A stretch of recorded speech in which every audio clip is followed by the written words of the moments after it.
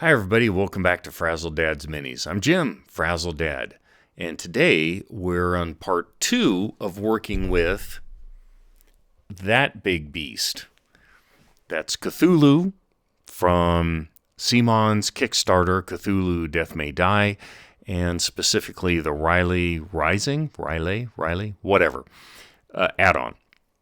I'll put a link to, in one of the corners, it'll show up maybe from YouTube, link to the previous chapter where I walked through how I got this, a bit about the model, and then getting started with huge effort painting it.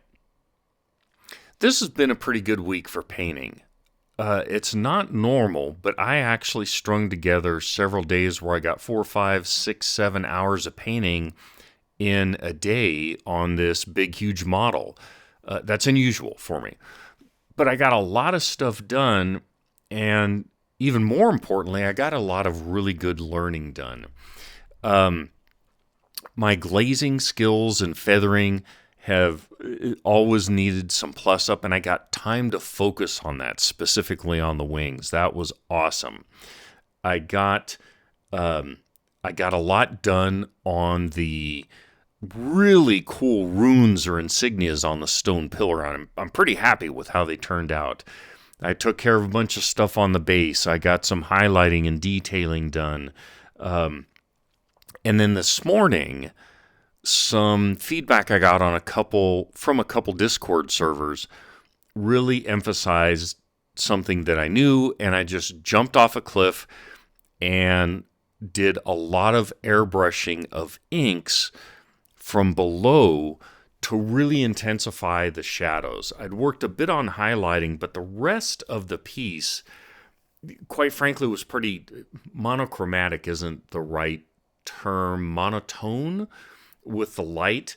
There was a little bit of highlighting, and I had some zenithal from the initial rattle can work, but the depth just wasn't there from the lower shadows. They're like, because the thing is so frickin' big, there were some natural shadows, but I really wanted to spend more time being very intentional about it.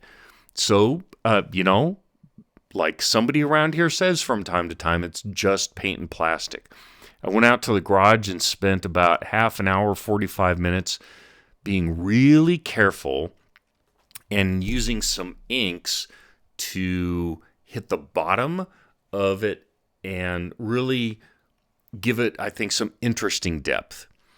So one sidebar note, you may notice that there's a new view, there's a new lighting here. I got a new video camera, thank God, and I'm trying some different stuff. As always, I appreciate your patience as I try to dial things in, but I'm happy to get rid of the old one, and there's just a lot of stuff to adjust with on this. I appreciate your patience. Enough said. Let's get to what I got done this week.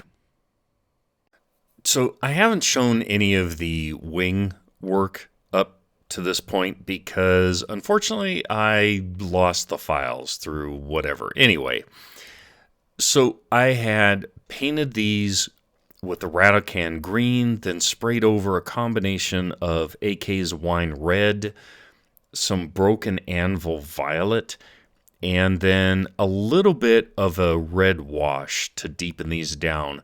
And then I dry brushed with, I think it was broken anvil violet number 3, which is pretty bright. I got a little carried away, and I'm going back and putting on a bit of a wash to darken down some of the areas because I wanted more contrast. Wasn't looking to go like cell shading or something. I had too much of light tone. I wanted more contrast, so I'm putting on a wash to kind of deepen down some areas of it. The broken anvil violet, that whole range, I really, really like. It behaves well. I don't have the problems that I had with the skin. And the colors are freaking glorious. So I'm darkening things down here.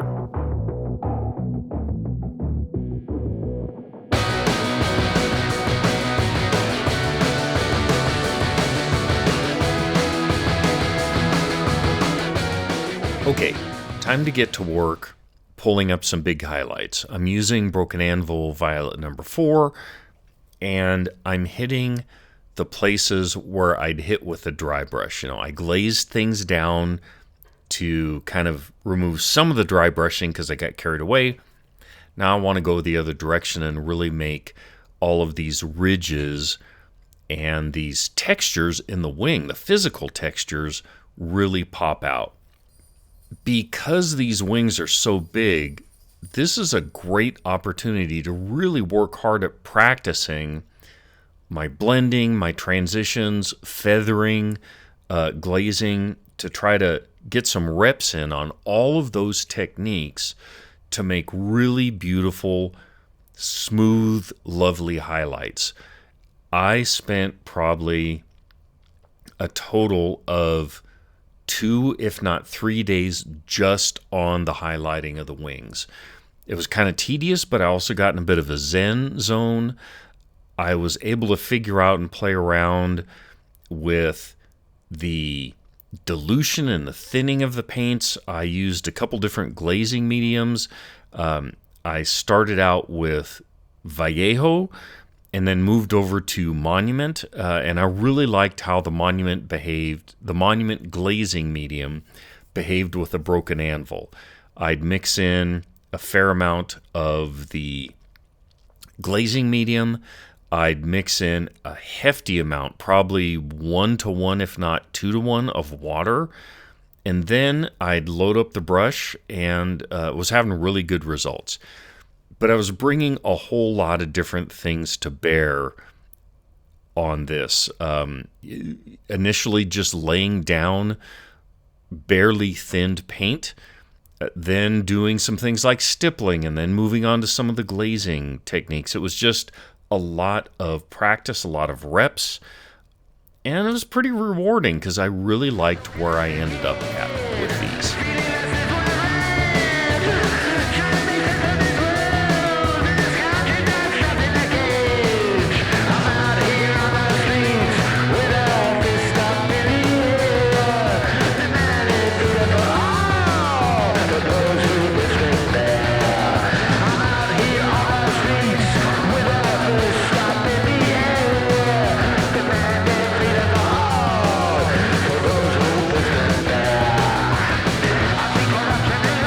Moved on to the left wing, and this has a very different kind of structure than the right wing.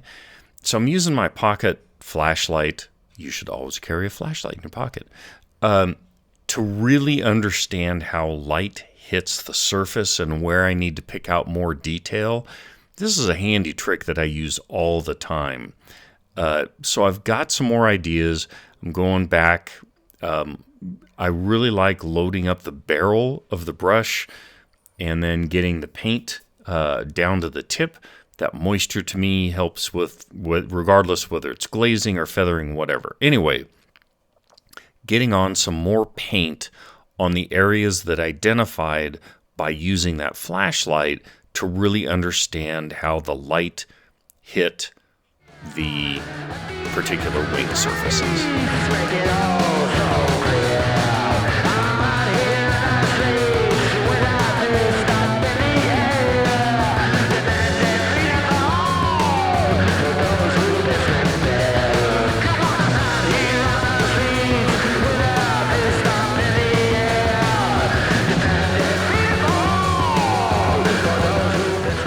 Now moving on to the underside of the wing surfaces. The way that these are positioned, given the light source that I'm trying to convey, there's really not a lot of light here. They're not full shadow. It's not nighttime, but I'm being very careful about how much highlighting I'm adding here. I just barely want to touch with some pretty thin coloring. And I'm using some darker violet as well to bring things down. I'm just hitting a few of the ribs and the structure so that if you're looking at it, you can see that there's some detail, but obviously, it's in pretty strong shadow, so I don't want a lot of highlight here. At certain points, I'm also using the additive or neutral black to bring things down.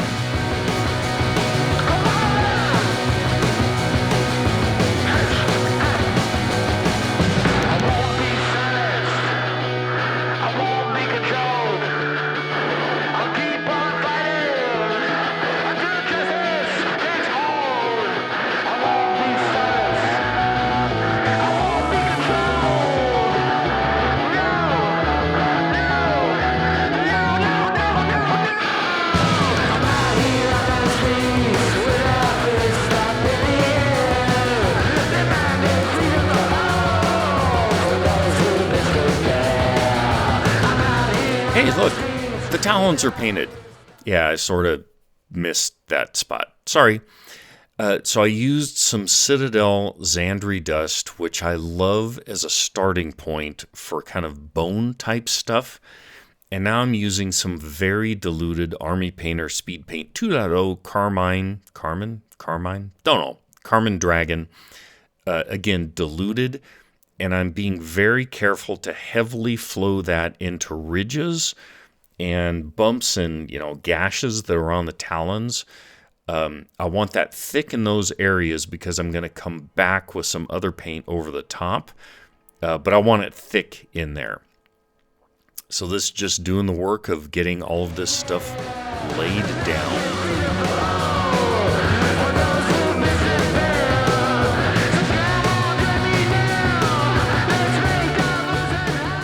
I'm waiting on that wash to dry, so it's a good opportunity to do some cleanup and some color correction on the green on these parts of the wings, so kind of the arm structure or whatever.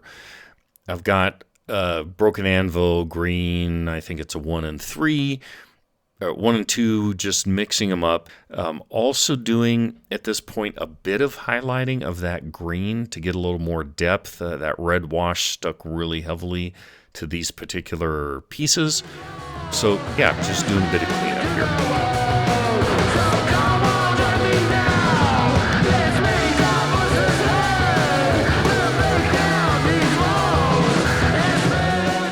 At this point, I'm gradually starting to mix in some of the green number 4, the brightest in the range, because I do indeed want to get a little bit of highlighting of some of the cool skin texture.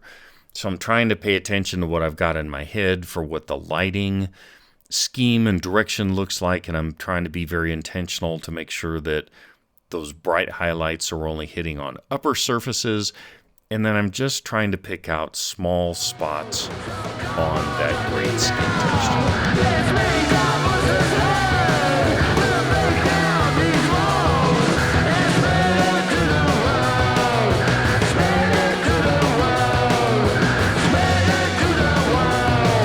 Okay, time to get the first bit of paint over the top of that grimy red wash. I'm using a mix of Xandri dust and pallid witch flesh, and I'm just trying to get coverage. This first coat will be kind of sloppy. I'm getting coverage over the flatter parts here, and in some cases, I'm actually using the side of the brush. What I want to avoid doing is painting over that red that has gotten down into the cracks and the crevices. So this is just a little bit of careful use of the brush. At some point, I'll pull out a bigger brush and use the side of it, sort of, to scrub across. I'll end up doing some neatening up later, but at least this gives me an idea if I'm going in the right direction. And quite frankly, I'm pretty sure I am going in the right direction because I really like how this is looking. Jumping ahead here a bit, you can see that I've got a lot of white laid down in the runes, R-U-N-E-S, not ruins. Anyway, this is an important foundation for getting good glowy effect. You need to start off with a great, bright, heavy white. In this case, I used titanium white oil from M. Graham, diluted a whole lot with white spirits, and treated that like a pin wash. And I just really drenched and let that pin wash white run through a lot of the great detailed runes here. Now I'm coming back with just some gray that I've scrubbed together from some white and black that I had on my palette, and I'm cleaning up where it got all sloppy. So I started off with an oil, did the pin wash, let it cure for a day or so, hit it with some varnish, let that cure, and now I'm just cleaning up so that I can move on to the next layer of getting a great glow effect.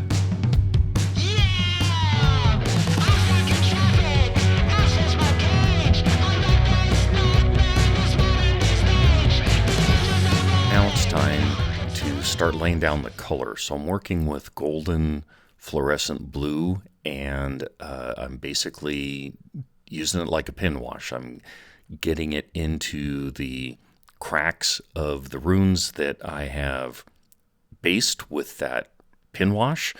And so I'm trying to get this flowing in to the deep parts, leave the edges a bit less covered in paint. This will be a multi-stage process. If you're not familiar with them, I really recommend looking up Elmanis Turista on YouTube and Instagram. I'll put a link down in the description. He does amazing glowy work, and I try to model my workflow over his process, after his process. I'm nowhere near as good, but he's got years of reps on it. But the point is that you start with a very vibrant, bright white, and then you put down some fluorescent or a bright color. You spray a little bit so that you get some scatter or glowy effect, and you just kind of keep repeating that process with fluorescence, with appropriate acrylic paints and some inks. This is a start of that long process. It's tedious, but over time, I've gotten pretty happy with the results.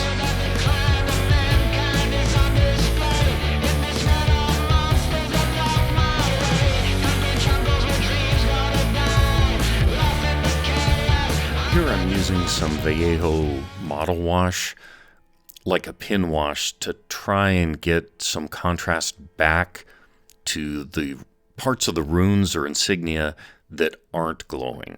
And what I'm trying to do is really pop the contrast between the glowy parts and the non-glowy parts. I'd never used this model wash like a pin wash. Again, I've gone back to talk about using oil for pin washes in the past. This actually worked pretty well. It didn't wick like an oil wash. You know, part of that is with the white spirits, the surface tension or whatever, science and chemistry, really pulls that stuff along a seam or in a little crack like these runes. But this stuff did the trick pretty well, and it's very intense. I did thin this down. That Vallejo model wash is really, really thick and gloopy. But this was a really cool use of it. And I think I'll do this again in the future on other places where I need something like a pin wash, but I don't want to have to wait a day or two for it to harden and cure. So yeah, just working through getting all the non-glowy runes blacked out, and it made a really nice jump in the contrast. Time to add in a little bit of depth to the base. I'm using a mix of Vallejo black and dark brown wash, about 3 parts black, 1 part brown, and then probably, at least by volume, 3 to 1 water to that wash. I'm trying to make it very thin. Again, those Vallejo products are very, very thick and intense. So I'll paint some on and then use a paper towel to brush it off parts. Reverse dry brushing? I don't know, whatever. I'm working this in, particularly in the back and directly underneath. I'm trying to get it on fairly heavily because I really want to bring down the color in areas of shadow and then on the back. There's a whole lot of texture and detail on the base. So this is just really working all of this into the nooks and crannies.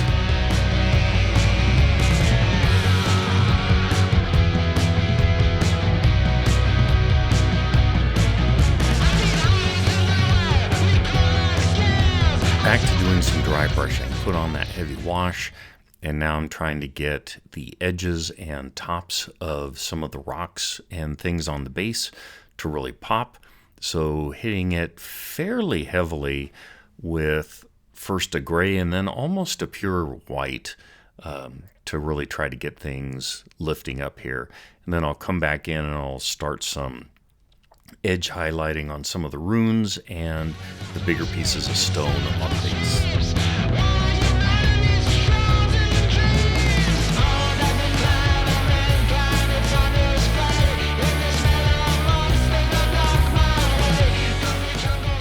Here I'm back working in the garage, and I'm using a bit of blue ink to shoot underneath to give some more of that shadow definition that I talked. This was a bit scary to jump into because this would be really hard to recover from if I badly screwed it up, so I'm taking it very slow. Again, you can see that I'm using my pocket flashlight to really illuminate my work area. I can't emphasize enough, a little pocket flashlight is a handy thing to have either in your pocket or at your workstation.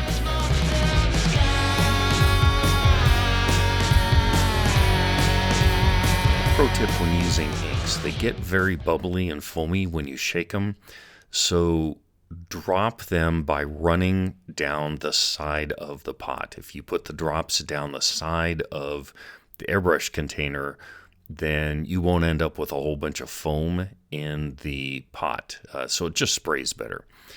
Anyway, I'm working on some OSL here by spraying some white on the edges of the pillars so that I can then come back and highlight that with blue and red. But this is just carefully working on getting more highlighting with the pure white, and I'm getting some of the runes as well, but I'm starting to build up some OSL effects on the sides of the runes that I'll spray with color a bit later.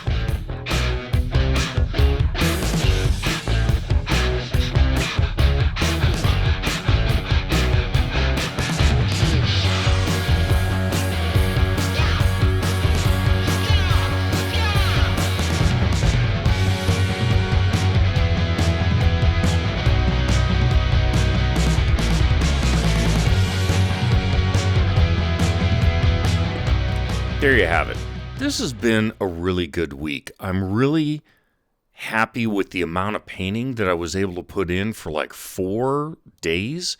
As I mentioned earlier, that's unusual for me. So it felt good to sit down and be in the zone and see a lot of progress. I know that I leveled up my skill just through being able to work so many hours on things. I'm really happy with where I got to on the wings with kind of that building up smooth highlights and just tone progressions, if that's the right term. I got a lot of airbrush work in on the glowy effects. Sorry that I couldn't show it all. Yeah, lost files. Oops. And just a lot of other good progress. Also, Skynes, someone who I'm on one of my Discord channels with, has a great expression, paint bravely.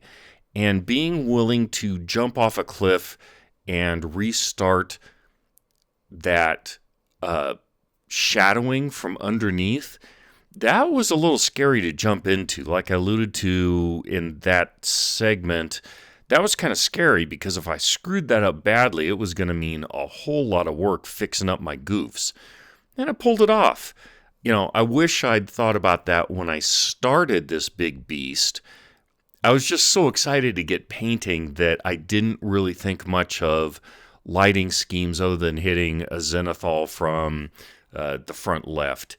Anyway, getting after the shadow effect and some other color tones from underneath, that was cool. Let's see, what else? The base, the wings I mentioned. It's just a good week on this. There's going to be a third episode, obviously, because I'm still not done. But I am really, really close. Where's my notebook? Here's my notebook. So, things that I've got left to do are really just some final highlights on a few of the things. I got to clean up some of the eyes. I haven't even shown you anything around them yet, but I'm pretty proud with how that's gone. Last little cleanups. So the final session, whenever I get around to that, will be pretty short. Anyway, good lessons learned here. Getting in lots of time with reps. On important pieces, make a plan before you start. I didn't. That's okay. Not the end of the world. Anyway, have a look at where we're at now.